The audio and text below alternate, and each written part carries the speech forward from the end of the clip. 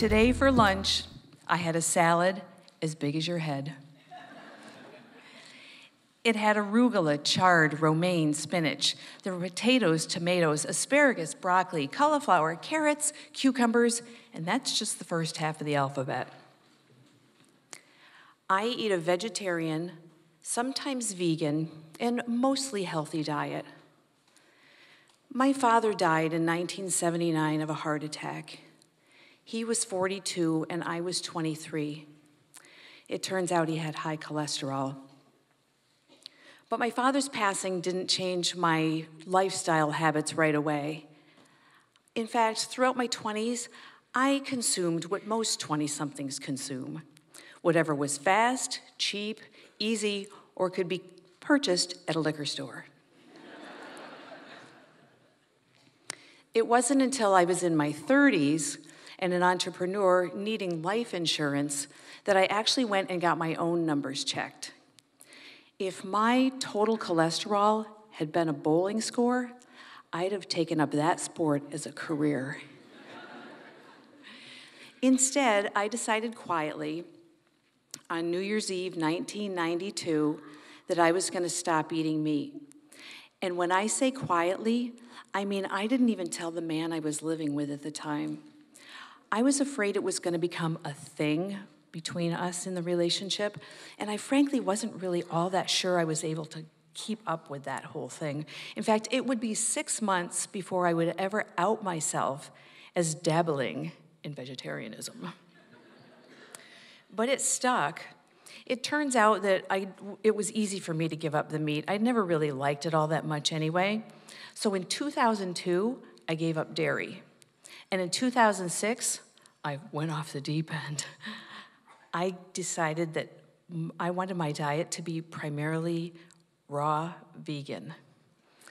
Now, what that means is, in addition to giving up animal products, that I didn't heat my food, none of my food, to an over 105 degrees Fahrenheit. That means no baking, grilling, stir-frying, steaming, no cooking at all. But I have a dehydrator, so I'm not a total freak. I wanted my food to taste good, though.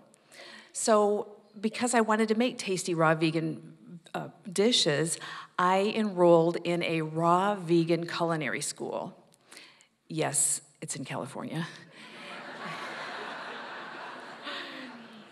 And when I came back, I started teaching classes, and they were really well received. I gave them fun names like chips and dips that won't go to your hips, cakes and pies that won't go to your thighs, and skinny in a glass that won't go to your...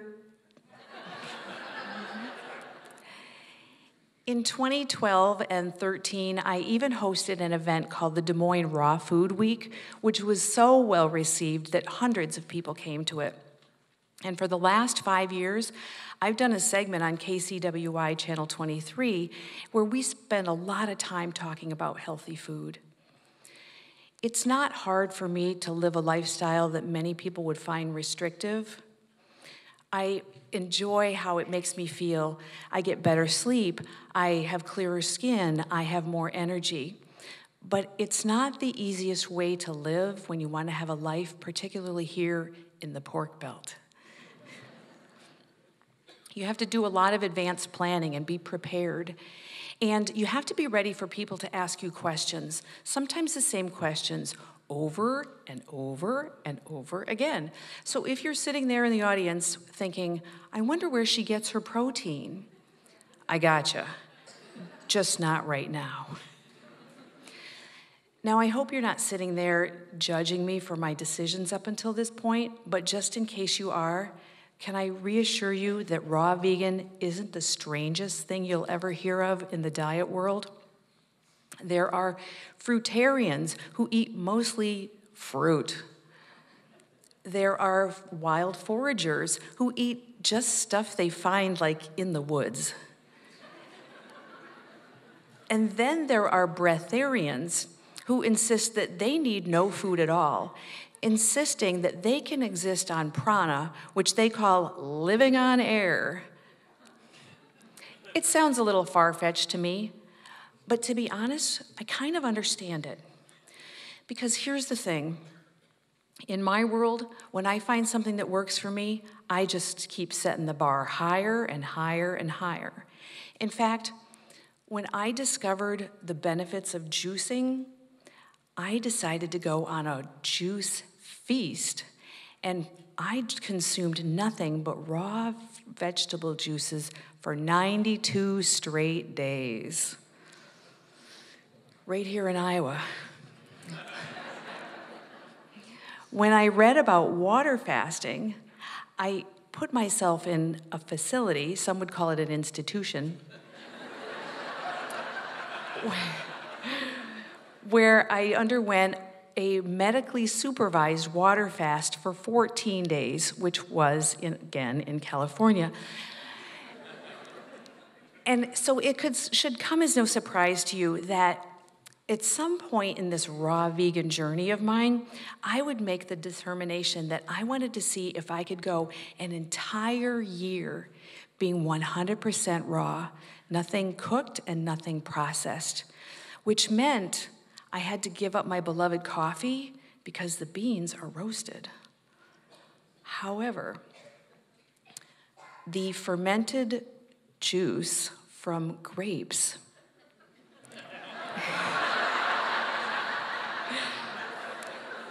is raw. Bring on the Pinot. One day, 50 weeks, that's 50, so 14 days from the finish line, I decided to go to brunch with my friends. Now, typically, when I would eat in a restaurant, I would do one of two things. I would either eat before I went and meet them there and just have drinks, remember the raw Pinot?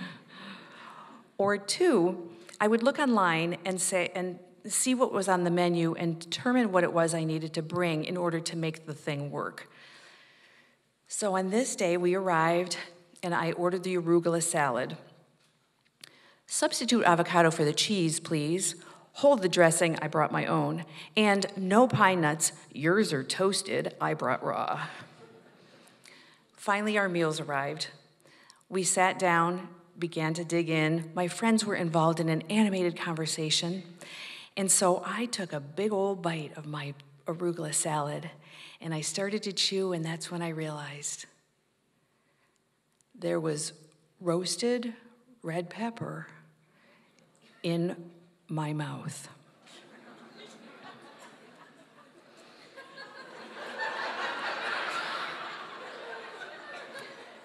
The salad came with roasted red pepper. How could I have missed that? I sat there mid-chew while all my options raced through my head.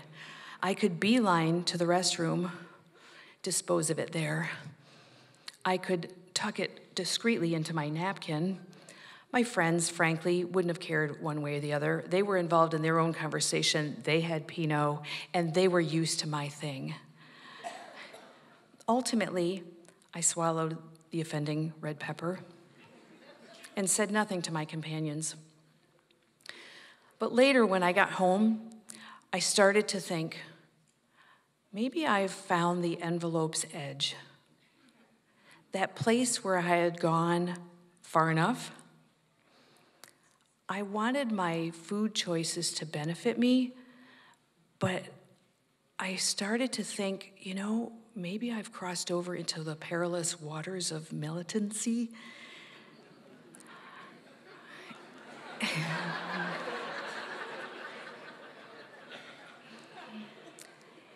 And in that moment, I realized that this whole leaning toward militancy, I had created a prison of my own making. My food choices had become my identity. People thought of me and thought of healthy eating, and specifically raw foods. I talked about it on TV, for Pete's sake. So why would I be surprised that complete strangers would want to come up to me and talk about recipes or protein. Why would it shock me that my friends didn't think of me first when they were making a reservation at the steakhouse? In fact, when I was preparing for tonight and meeting with my storyteller coach, we went to a local cafe, and somebody that knows us both walked past the table, saw me sitting there, and said, "Hey, do they serve raw food here?" But the fact is, I've changed.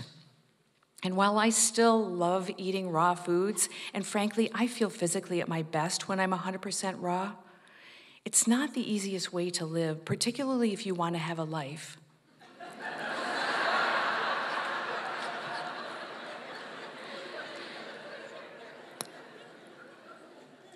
Cooked food isn't the Antichrist.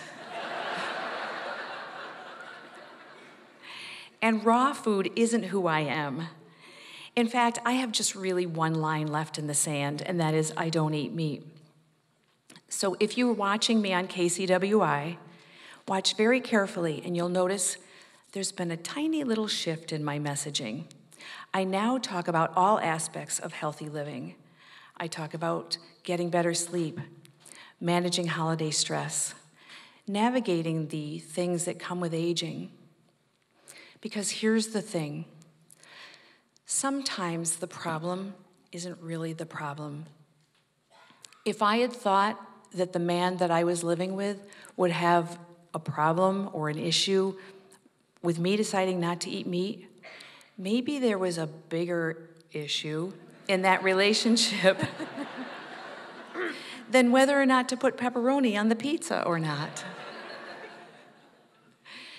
Maybe you're sitting there thinking about areas in your own life that you're trying to be perfect because you're trying to have control over other areas that you've lost control.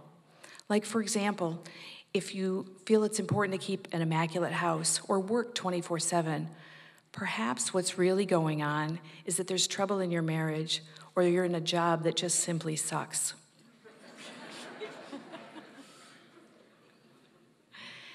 And the thing is, that's a little bit like turning up the radio in the car to drown out the sound of the engine knocking. It doesn't fix the car. So yes, I still talk about food, and I'm still a vegetarian, one with a very special place in her heart for roasted red pepper. Thank you.